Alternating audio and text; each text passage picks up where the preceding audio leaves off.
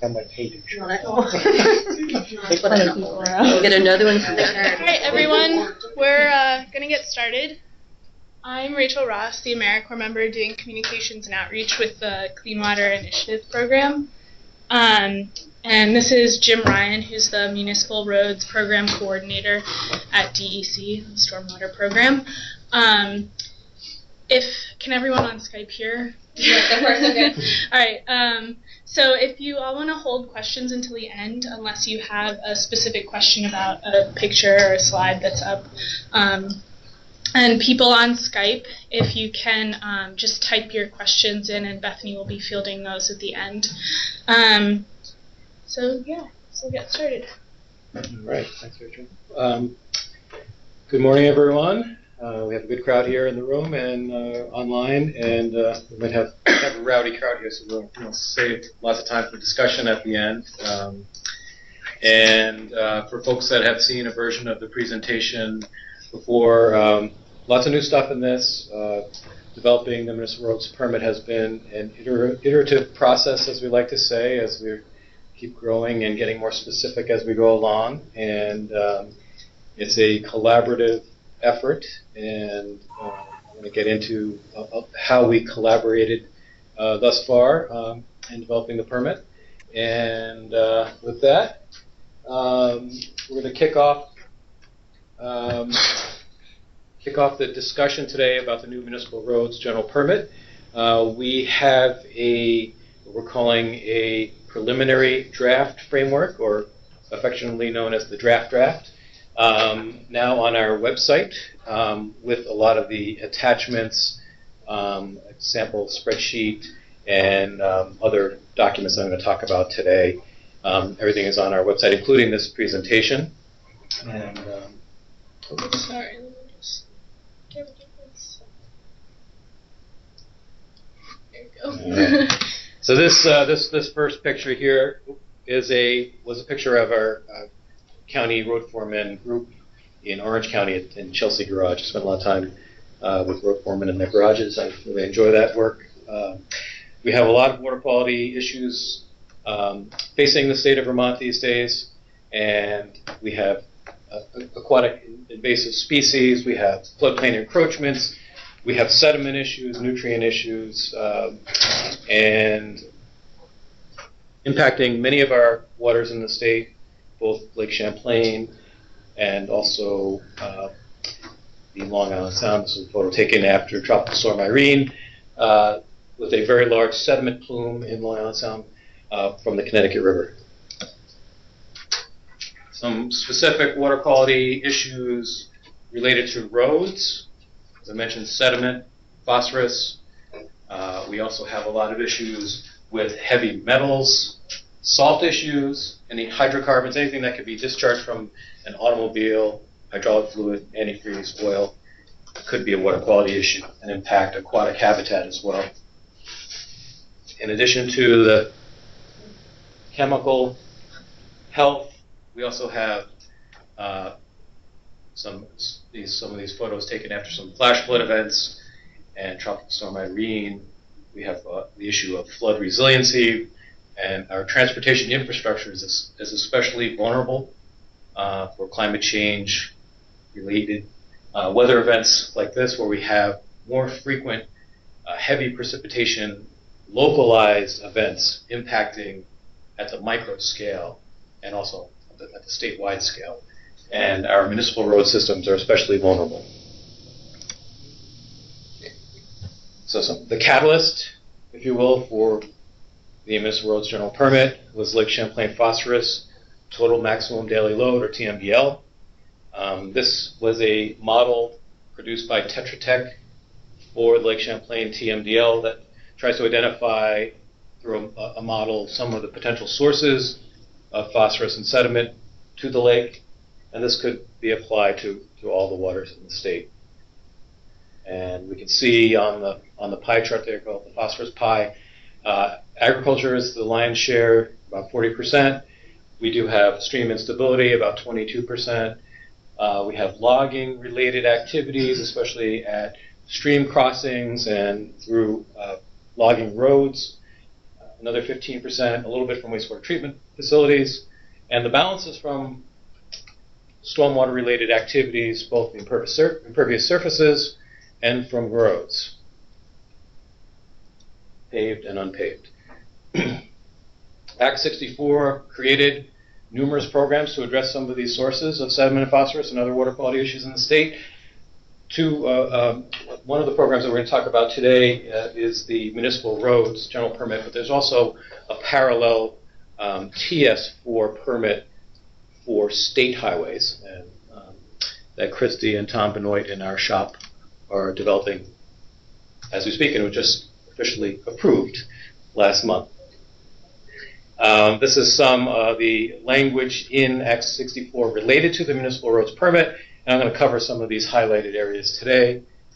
Developing a final permit by the end of 2017, which would include dates for when municipalities will apply for coverage, dates by which towns will have to do an inventory, dates for towns that have to do an implementation plan and schedule, and start implementing that plan and schedule. I'm going to cover that today.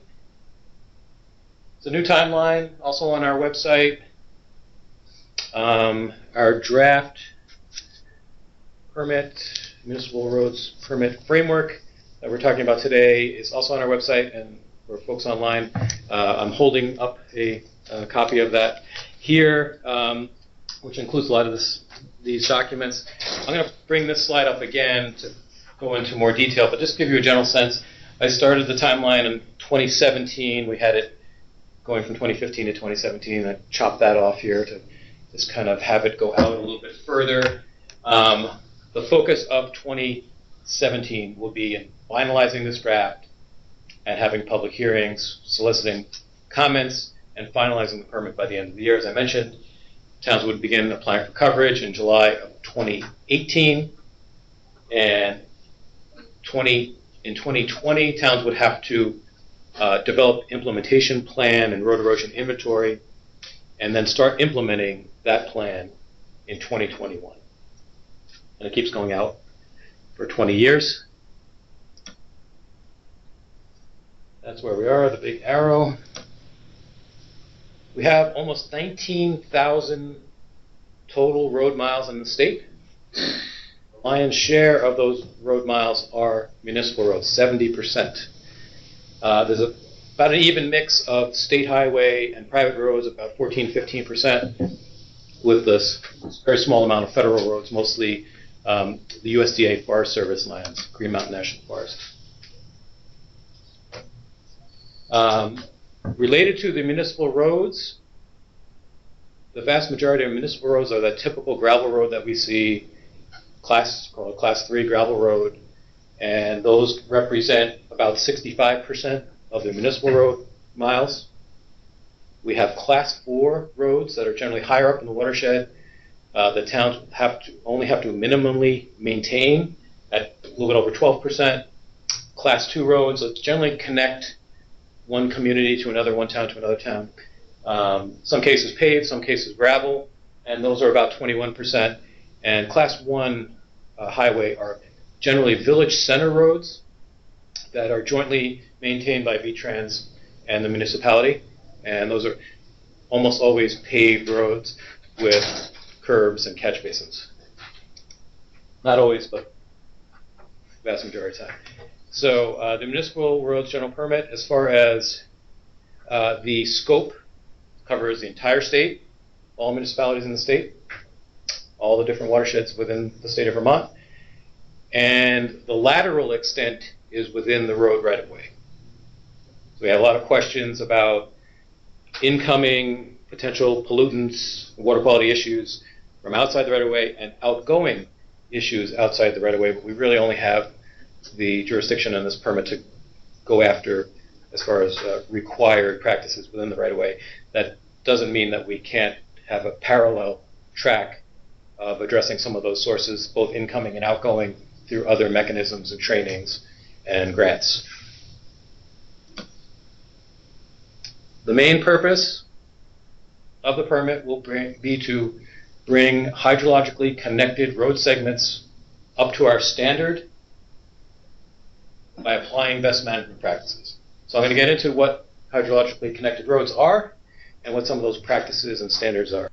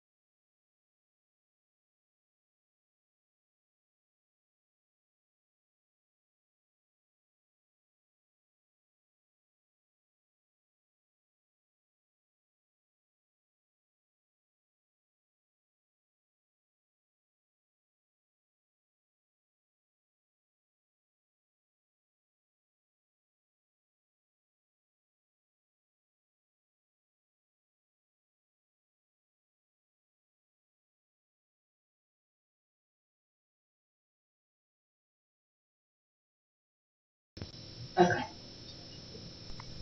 Good? I think we're good now. Okay. Thank you. Is it still recording, you think? Oh, yeah, I just double checked. Yep, we're good. Thanks. So our connected road layer is available on the Agency of Natural Resources Natural Resource Atlas. And after we're done with the presentation, I can pull that up as an example if folks would want to see that. So we have this coarse screen of what we're calling connected road segments for the state.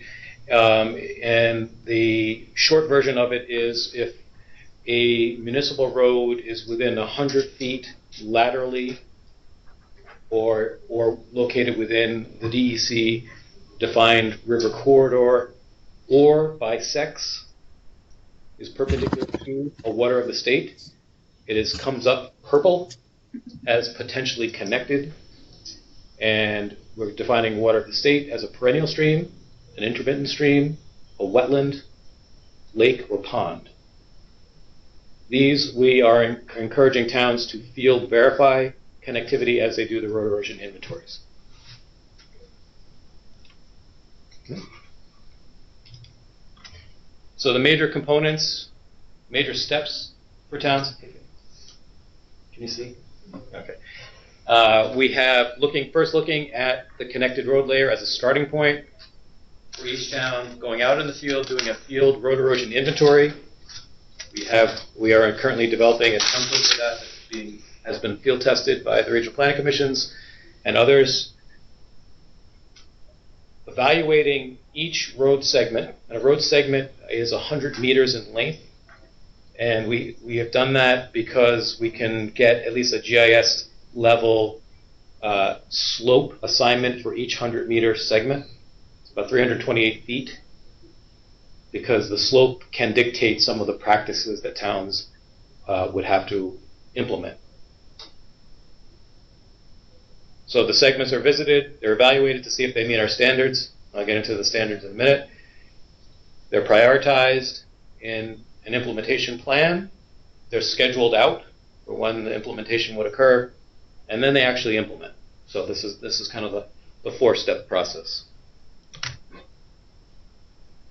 As I mentioned, we're calling the umbrella of package the road stormwater management plan. So that includes the road erosion inventory and the implementation plan and schedule. New road erosion inventories will be done every 5 years. Gravel roads are malleable, they're changeable. We have these flash flood events that are impacting them and other events, and that could change the condition of the road. Even if they meet standards now, there could be some event or some change or lack of maintenance that drops them to not meeting our standard. This is a sample just of the road erosion inventory template that I'm working with the transportation planners and GIS staff with the regional planning commissions. And as I mentioned, we field tested about 50 or 60 towns last field season and this coming field season with this, and we'll be tweaking it over the winter, kind of lessons learned. This road erosion inventory matches our standards, so it can be used for towns for self-reporting to see if each segment meets our standards or not. The road erosion inventory and some of the implementation of the projects could be eligible for different grant programs, and I'm going to talk about those in a minute. This is a sample spreadsheet template that we are encouraging towns to use. So to do the inventory, and the inventory would essentially be summarized in this spreadsheet. And on the left column is the road segment identification number. We have whether or not that segment has been field verified as connected. The next column, what that slope is of that segment. Based on the road erosion inventory, does it fully meet, partially meet, or does not meet our standard? I missed a column. The third column is which road type it is. I'm going to get into that in a minute. Reason for condition. If it doesn't meet our standards, why doesn't it meet our standards? And then the remediation plan. When are towns going to address that segment? Questions with that? Yeah, is it envisioned that regional planning commission staff would be doing this for towns similar to the way that they do their culvert inventories? The regional planning commissions are going to be one of the primary entities doing these inventories, yes. But also towns can do them themselves. In some cases, watershed groups are doing these or can be doing these. The natural resource conservation districts and other entities, consultants. So yes. Okay, so we have the remediation plan date. And the next column, we're going to ask to plan out for 5 years which segments the town wants to address. We're leaving that up to the towns and those folks working on behalf of towns and working with our DEC watershed planners and the regional planning commissions and other entities to see what makes sense, which segments that don't meet our standards make sense for the town to address in what order, because it may tie into their existing capital budget, for example. Town may have a plan to work on different roads in different years, and it makes sense to align with those, with the exception that if we have an egregious water quality problem, we're going to ask towns to address those more quickly in the first permit cycle, for example, and we're going to get into different severity of erosion topics. Dana Allen has a question online. Will the spreadsheet data be joined to the GIS data and published on the ANR Atlas so that the results will be explicitly spatial and easily searchable? Good question. Probably not, because of privacy issues for municipalities. That question has come up before. We can, at a private level, it could be. I'm working with the Regional Planning Commission transportation planners in having a seamless integration from the road erosion inventory into this spreadsheet, and that part makes sense, but have that spatially available for that town, but not. We still want to put it on our website. Okay, thanks. And then just quickly on this table, note the progression as the town has done work.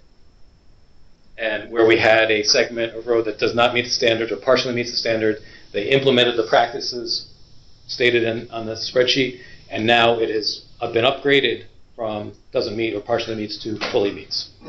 And we can use this spreadsheet for reporting that towns have to report to us. Could be as simple as updating the spreadsheet. Okay, some of the practices. We have grass line ditching, stone line ditching, road crowning, grading, stable turnouts, drainage culvert sizes, head walls, and I get into some of those a little bit more. These are the road types. So we have developed standards by road type, and the different road types are paved roads with curbs and catch basins, paved roads with drainage ditches, gravel roads with ditches not class 4, and class 4 roads. Right now, I'm holding up the what I call the Orange Book Standards book. As towns can voluntarily adopt Orange Book standards through VTrans and be incentivized for funding if they do. And right now it's kind of a one-size-fits-all standard, and we started off developing our standards first looking at the Orange Book standard, what's out there now, and then kind of did a little more science and research with our technical team, and some of those folks are in the room here today, and also wanted to apply that by road type, because we're going to have different standards. It just makes sense to have different standards for a village center road versus a class 4 road. It just doesn't make sense to have the same standard for those road types. And all these standards are in our draft framework document that's on our website.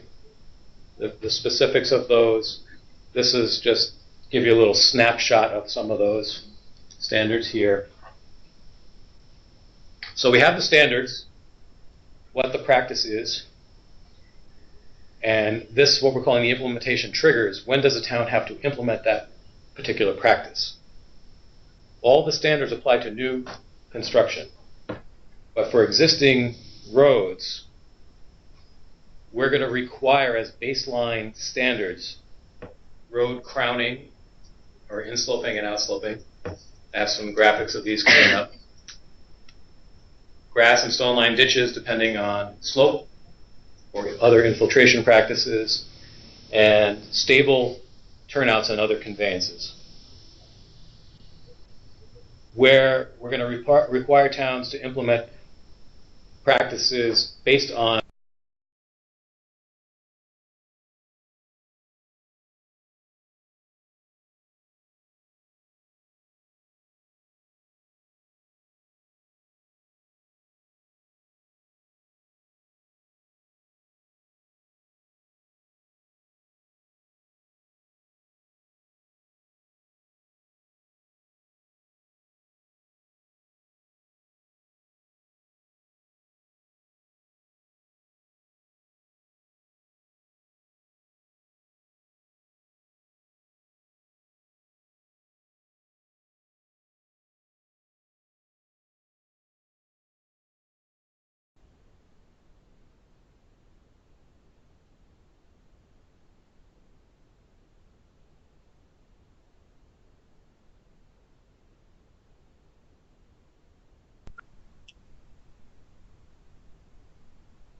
So you heard a little grumbling.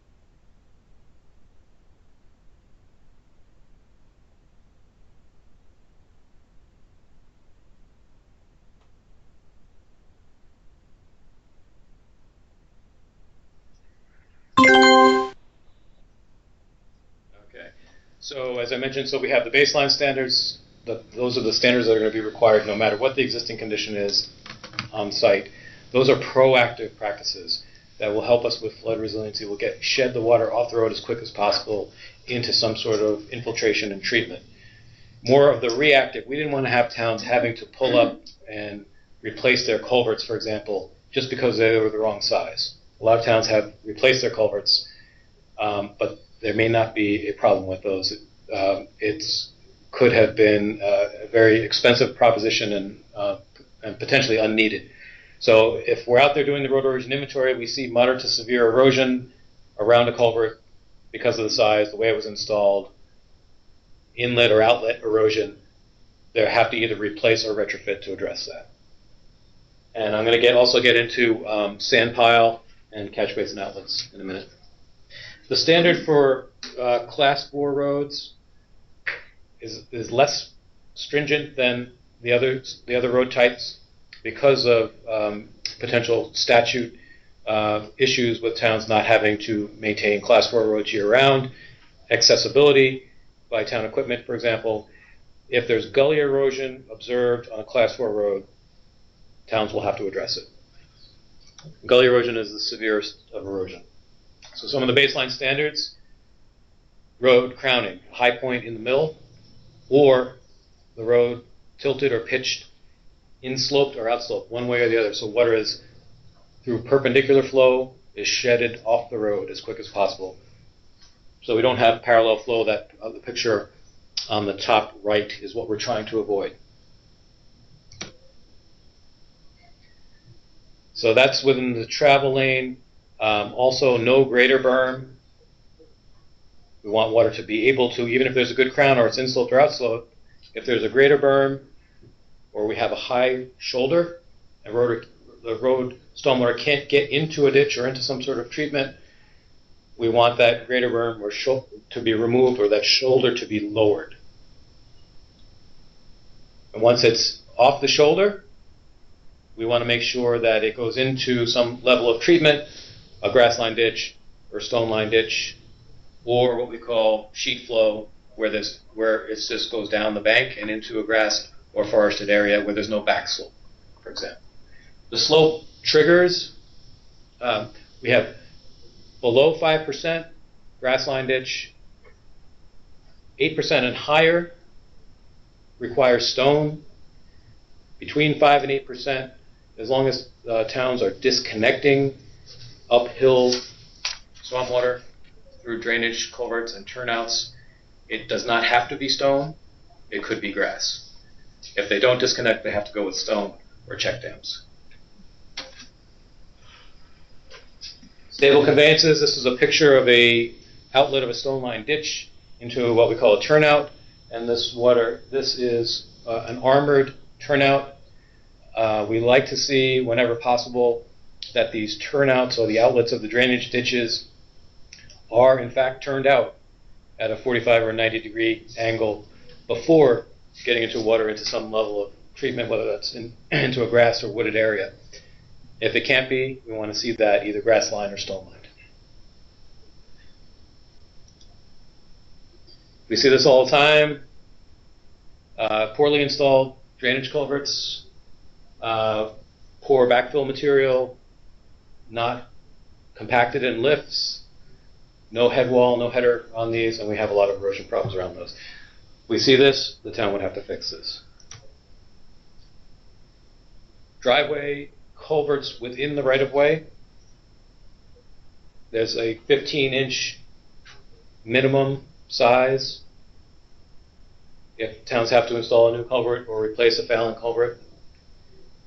And we see some photos here of some driveway, municipal road intersections and some of the water quality problems that we see.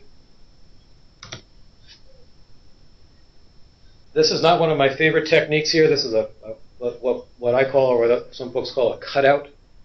And this is really, in my mind, a temporary best management practice where we typically have a high road shoulder and a town, maybe they're lacking equipment or time, they just make a track so water can get off the road. But these often fail and fill up with sediment. And we would encourage towns to either put in a drainage ditch or lower that road shoulder instead. I have a question in the room on that? No? No, I thought I saw your hand go up. We typically see another photo here on the left, a drainage culvert, we call it hanging or perched culvert, where we have severe gully and scour erosion at the outlet. This could be related to the size of the culvert, the installation of the culvert. The fix could be replacement, or it could be reinstallation, or it could be the installation of what we call a stone apron, a stone fan on the outlet to stabilize that. Because often what you can't see from the road is that these erode for several hundred feet downstream of the road and causing gully erosion and head cutting down into where it joins a perennial stream or wetland or lake, and we have this huge sediment plume on the bottom. The detail on the left is a detail from the Better Roads. I'm holding up formerly the Better Back Roads Manual, and which is currently being updated by VTrans in the room here today. Where's Rachel? There she is. But there's a lot of good details in that existing manual. The picture on the right is a stone line ditch. And we're finding by a lot of site visits with VTrans and others that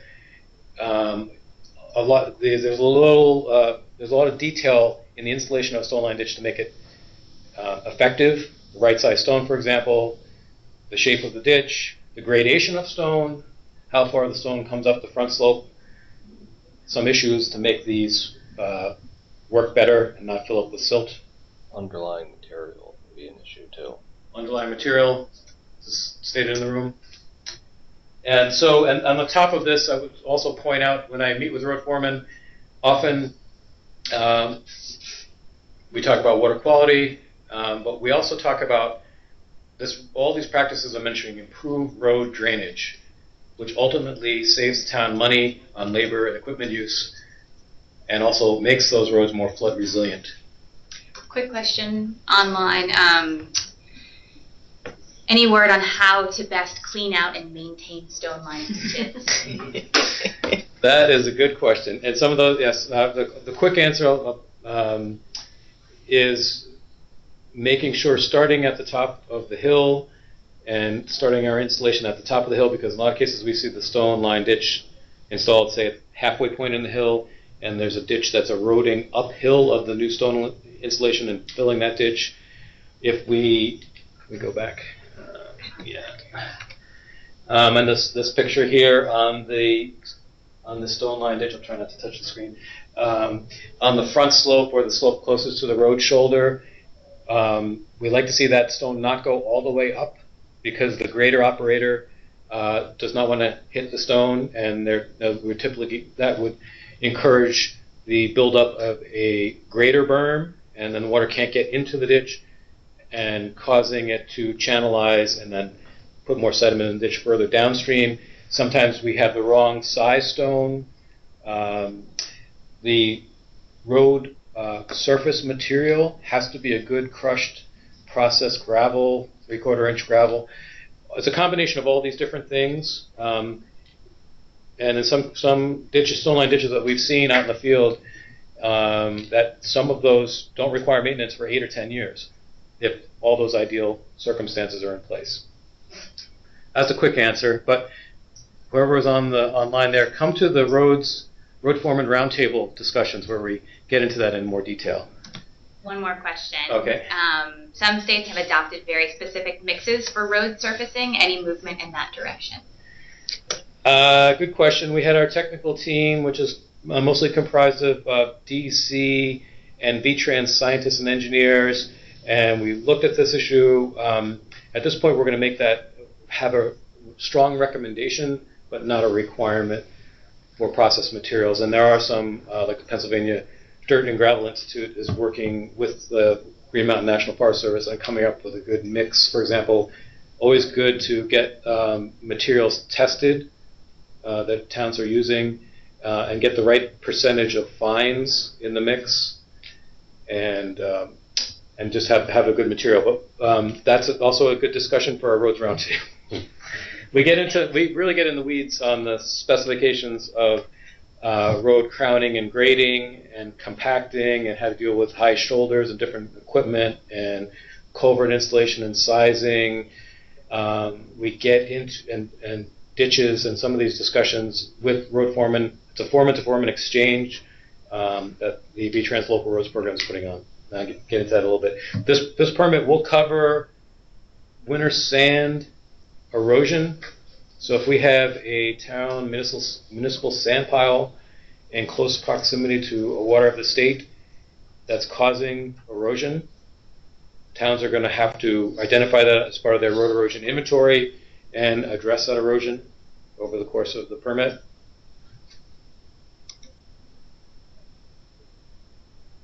Do it on time. It is 11:36. Okay, you're good. Quick example. So what does this mean for a town? We tried to put up a real-life example here. The average municipal road miles in the state are about 50 road miles. And so we use that as a starting point. We're getting on our GIS layer of connected roads about 40 to 50% connectivity. So our municipal roads permit only applies to connected roads. So that's about, let's just say, half, to be conservative, of municipal roads. So in this case, we have half the town. 25 miles are connected, 25 are not connected. So 25 miles automatically this permit will not apply to. In this case, this example, we had a town being proactive, doing a lot of the road best management practices, and they put on best management practice on 15 of those 25 miles. So in this example, 10 road miles would need some level of work to meet our standards in up to 20 years. We're hoping most towns would go faster than that, and that this averages out at about a half a mile of road per year. Every town's going to be different as far as their amount of road miles, what percentage are connected, and how active or proactive the town has been in doing a lot of these best management practices, so that these numbers are going to be different for every town. Frequently asked questions. This is my favorite part of the presentation. So I'd like to put this disclaimer up. Christy helped me with the slide this morning. Okay, this is our current fee structure as part of the DEC fee bill related to this permit. I'll just keep this up for a minute.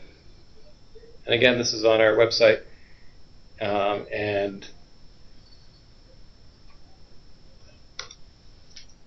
Okay. So all road classes will be covered by the permit. There are different standards for each road type, which is a little bit different than road class, which includes Class 4 roads. And I mentioned the standard for Class 4 road is focused on gully erosion. Question in the back. How long is a permit good for? There's the permit cycle is about every 5 years where we would renew the permit. We were looking at a 20-year window through Act 64 altogether with new permit cycles every 5 years or so. So a town would apply for one permit covering all their roads based on their stormwater management plan? I'm sorry, say that. So I'm just trying to think the process, that all towns have to have the stormwater management plan with the road inventory. Right. From there, you would apply for the permit, the $400 cost for all your roads. I'm going to put up the timeline, which clarifies that the applying for the permit coverage comes first with the fee. Then towns have 2 years after that to do the inventory and the implementation plan, and then start implementing. So the permit is to approve you to do the work that you'll do in your subsequent, that will be identified in your subsequent plan? Yes. Okay. Jim, one question online about the fees. Can you touch on the reasoning behind an MRGP annual operating fee for non-MS4 communities of a set $2,000 fee, while MS4 communities are charged based on a $10 per acre of impervious? Sounds like I just read a lot of questions. No, that's a good question. Yes, there's this was a kind of a flat fee by town or by municipality through the fee bill. And we have been, DEC and partners, we've been collectively listening and hearing to questions and comments around the equity of the fee, and we are listening. Leave it at that. Okay, thanks, Jim. Jim, while we're on that last slide. Okay. Yep. Just one quick question when it comes to federal roads. I know that the Forest Service utilizes a drastically different rating system for their roads. How will that be parsed out between what are Class 1 through 3 roads and Class 4 roads when they are Federal Service roads? Okay, so I think there's lots of different classes, but this permit won't apply to the federal roads. It does not. No. Okay. So that's the first question. But there is, I kind of quickly went over that, but there is a distinction in that blue table I put up previously on road type versus road class. And road class is defined in statute, and towns have to report those miles to VTrans every year in the different road classes.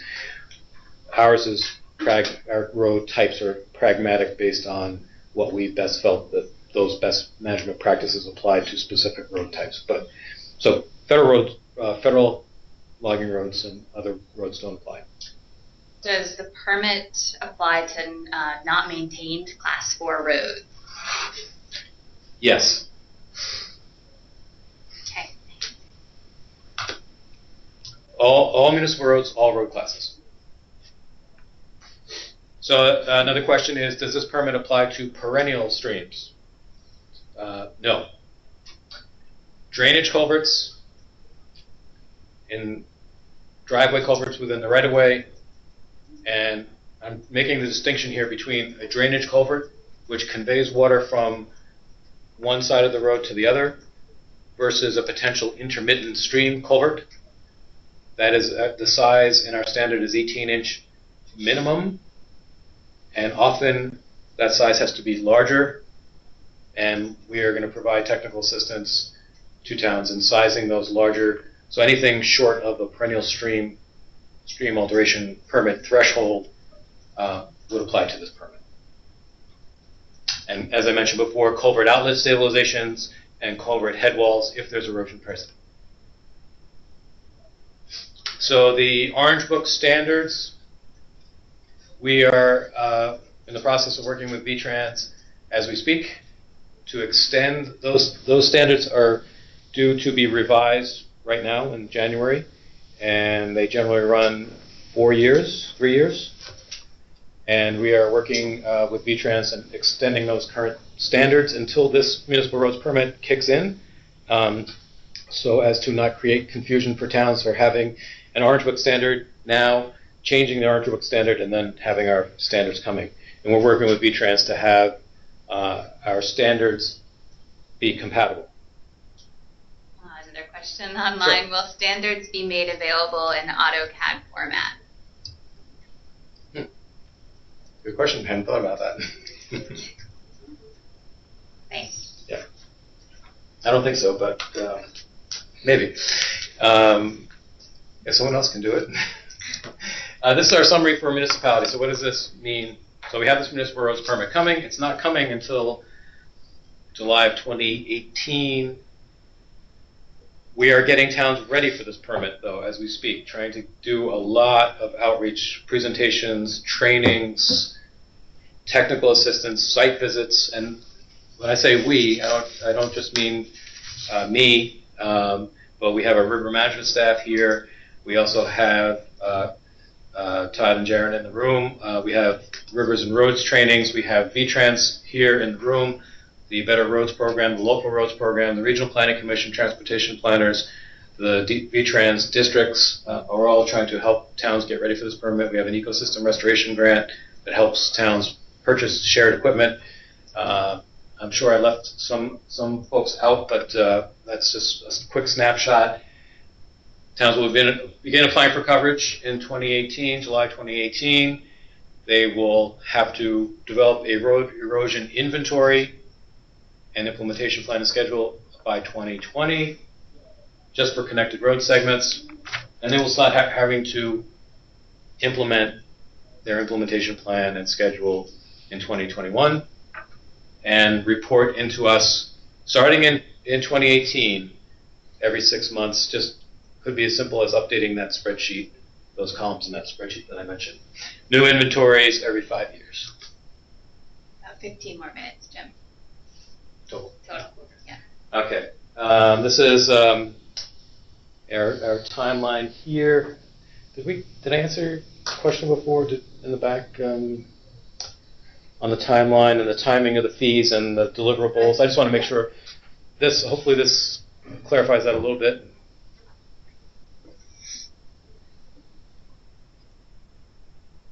I mentioned funding. These are some training opportunities coming up from VTrans Local Roads Program. They're having a grader operator training, Better Roads Program, how to fill out the applications for municipalities, where's the money workshop coming up. We have our roads roundtable that we discussed on road grading, ditching, culvert sizing, and installation. We're doing 5 of those statewide. We have our rivers and roads trainings that Todd and Stacy from our rivers program are leading. We have our Better Roads program, their website, different funding opportunities and technical assistance. I like to call these community road site visits. I've been on a few of these this year. Lots of landowners in Addison County and in Orange County. Different grant opportunities. This is also on our website. We have the Ecosystem Restoration Grant for shared municipal equipment, like hydroseeders, for example. Better Roads program that I mentioned. I also have the Federal Transportation Alternatives program administered through VTrans, structures grant for culverts, and also a Class 2 highway grant from VTrans. Quickly going through this. Some of our outreach groups, county road foreman groups, transportation advisory committees, the Regional Planning Commission transportation planners. They meet every month or so here. Town officer trainings and through the League of Cities and Towns and Select Board Institute. Picture of our happy Municipal Roads core team at our meeting last month. Again, this is the League of Cities and Towns, the Regional Planning Commissions, DEC staff, VTrans staff from different programs. We have helping develop the process of the permit. We have a technical team working on the science, on the standards. And we have a new, starting in a couple weeks, new road foreman advisory committee. We want the reality check from the road foreman of how this permit is going to affect them. This is my contact information, and so for the first half of the year, I'll be doing a big outreach push to some of those groups I just mentioned. A lot of presentations, conferences, workshops, site visits, and summer likely we will have a final draft permit out there for public review process, and then adopting, finalizing the permit in the latter part of the year in the fall. Our website there is on the bottom. All these materials that I mentioned are on the website, and my contact information. And with that, let's open things up. I have a few questions online. Okay. First You guys are one. very quiet in the room here. Why would we report every 6 months with really only a summer work season? Some of that was based on some of our federal reporting requirements, which have us report every 9 months, and we just thought it'd be easier to report in the late fall and early spring. Like, what did you do last field season in the late fall, and then if there are any updates over the winter. We have to do it at least. We decided to do it every 6 months. But again, it could just be adding a few things on the Excel spreadsheet, changing the numbers, or doing a quick update on the Excel spreadsheet. Great. Somebody a chance in the room. Got a whole slew here, so. Dan. Is the permit going to completely replace the standards in the Orange Book when it comes out? Is that the idea? Not necessarily, because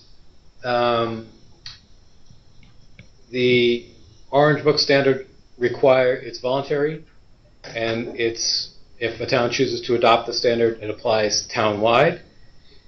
Okay. So it applies to the non-connected road segments. Our permit only applies to the connected road segment, and we're trying to work that through with different programs of VTrans. Dan, do you want to introduce yourself, by the way, or do you want to stay anonymous? Well, I'd love to stay anonymous, and it's just not possible. My name is Dan Dutcher. I am an Assistant Attorney General with VTrans today, but starting on the 23rd, I'll be the new Senior Environmental Policy Analyst, taking over for Gina Campoli. Didn't mean to put her on the spot, Dan, but good to give you opportunity. I don't know if folks online heard I that. get used to saying that. It's a lot of words. My title. Any other questions in the room here? Todd? Yeah, one comment, one question. So initially you said class 4 roads not maintained, meaning that the town doesn't historically have responsibility to maintain class 4 roads. And then in this MRGP, it's just gully erosion? Yeah, we're trying to make a distinction between maintenance versus water quality improvements. Yeah. And so the town, it's up to the town's discretion as to what level they want to maintain a class 4 road. And they have to, I think, at the bare minimum, maintain culverts.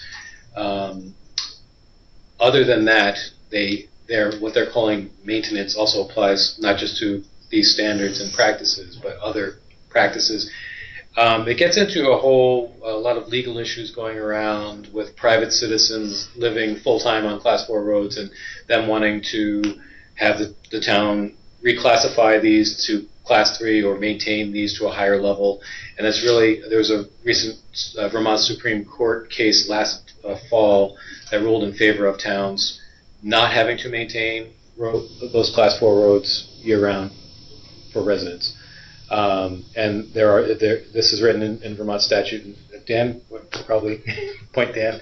My old life. Your old life. We've forgotten all that.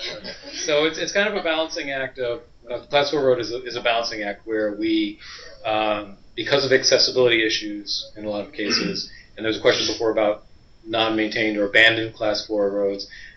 Some cases there are trees growing in the middle of Class 4 roads. In some cases, so there's access issues, and our wetlands office is currently working on some road guidance. Some of those are wetlands considered abandoned. Wetlands office wants them to stay abandoned, and so we're working with our wetlands office on working out our permitting so they align. So we don't want towns to have to apply for a wetlands permit or a stream alteration permit in order to be in compliance with our permit. So we're working with that. That's the next question. Yeah. With stream alteration permits, wetlands, shorelands permits. So there's going to be as much of a separation as possible. So the bottom line is those other programs will potentially have allowed uses, which might include some of these practices, or we would exempt some of the standards if they would trigger another permit. So that's what we're working on with the different programs. Bethany. Online question, will the inventories and reports be made available to the public? So It's a good question. I might kick that over to our VTrans folks in the room, because some of those inventories would be funded by VTrans, and I don't know if, as far as privacy issues for towns. Yeah, Jim, I think all of it will be public information. Any reports that are submitted to us. Okay. That was Christy Witters. But that said, we will not necessarily.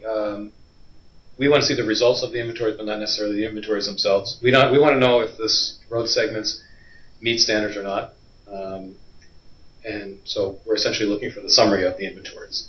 But they would probably be public at the town level.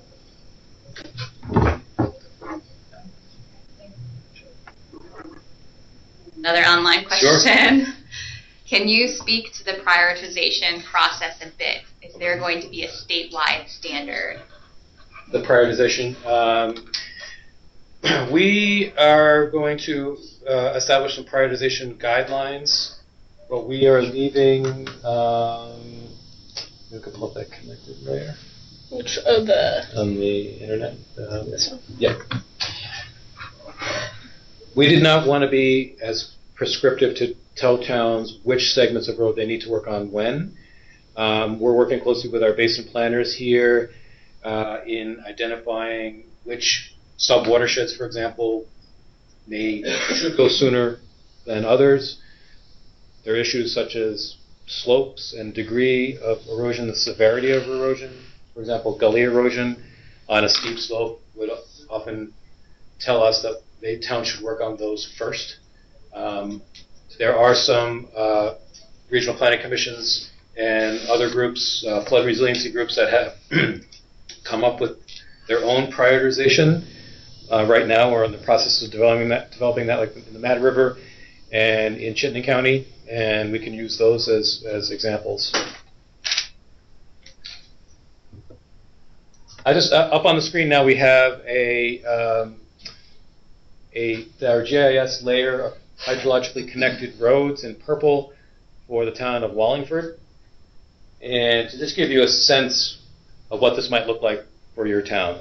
So we just have up here our layers that are clicked right now on our stream layer, and our connected road layer are in purple. So in white are the other municipal road segments that are not connected, to give you a sense of scale for the town. And if you click on those layers, it will tell you why it's connected, whether it was an intermittent stream, or it was a bisecting water resource, or a parallel water resource, and it'll also give you the slopes for each individual segment. More online question. Okay. Go back up. Okay, so Dan Albrecht, can you elaborate on any required fixes to the edge of road grader tire edge berms that are very common? If there is already a ditch there that is adequately lined, will towns have to annually fix and regrade these mini berms that are technically in violation of proper sheet flow? I think the short answer is yes, and I think that's part of their ongoing road maintenance with the grader. Using the grader, towns often grade their roads 2, 3, 4 times a year, sometimes more, and that should be a part of their, for gravel roads, part of their how they're grading the roads, and that's one of our baseline standards. So I guess the short answer is yes. Another online question. As part of the Municipal Road General Permit process, will the state provide MS4 communities with a methodology to credit road improvements within the pending phosphorus control plan? Good question for Christy. Yeah, I mean, I think that this question probably comes from an MS4 entity, and these road standards will be integrated into the next MS4 permit. So those MS4 communities don't need to comply with this MRGP, this Municipal Roads General Permit, but the phosphorus control plan requirements of the next MS4 permit will include whatever requirements are deemed necessary from these standards. I don't know if they heard that. Yeah. James, could you hear that? Type in if you could. Any questions in the room here? Millie? The implementation triggers for situations where there's erosion, if it's caused by driveway, it's outside of the right-of-way, well, it's actually in the right-of-way, and then it has to be replaced, the state will be asking the town or requiring the town to require the private property owner to replace that driveway, or how's that going to work? Yes. Well, that could be one scenario, but the onus is on the town to address the problem, whether the town itself fixes that issue or whether the town has the landowner address the problem. And, as you know, we're trying to work with towns on strengthening their ordinances. Yep. So that'd be a good thing to put in a access ordinance or policy. If towns know they're responsible for the erosion within the right-of-way, then it encourages and incentivizes the town to have stronger ordinances. There was also a question related to that. Says, will the permit give towns permission to do work outside the right of way? Should that? No, not necessarily. No, as I get the sideboards on this permit is within the right of way. Often cases towns would have to work outside the right of way or want to work outside the right of way, but they would often have to get an easement to maintain that practice. But that's outside the scope of this program. I have one more online question. All right. You guys are busy out there. What's the date that you would like to receive comments on the draft permit? Draft. Oh. Informally, this is a kind of an informal the draft. We just want to give folks a heads up, and I'm calling it the listening tour. So we're taking comments all along. But before we turn this draft into the final draft and have it out for formal public review, we're looking at probably in the spring. We don't have a definitive date yet. But if you have comments, send them in. Love to hear them. Got all my questions answered. All right. Thanks. Dan? Will these requirements apply to private roads through some other regulatory mechanism? No. So just only if it's within the right of way. The private roads, they're there on the pie chart, so they presumably have the same problems. I'm just wondering if that was somehow going to be addressed. Right. There's not a specific new program through Act 64 or otherwise addressing private roads, other than if it would trigger another stormwater permit, mostly above an acre in size.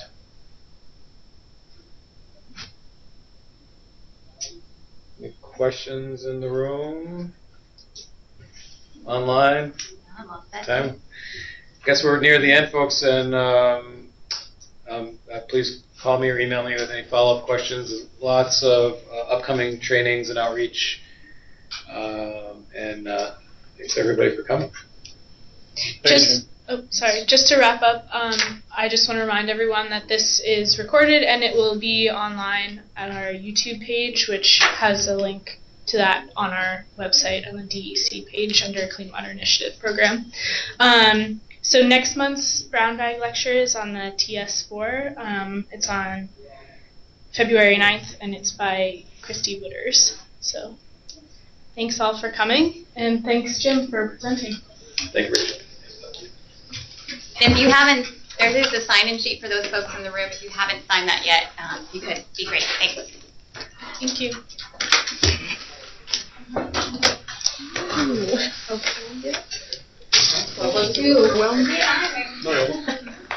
First week at the First at the end. No, like, hi, I'm late.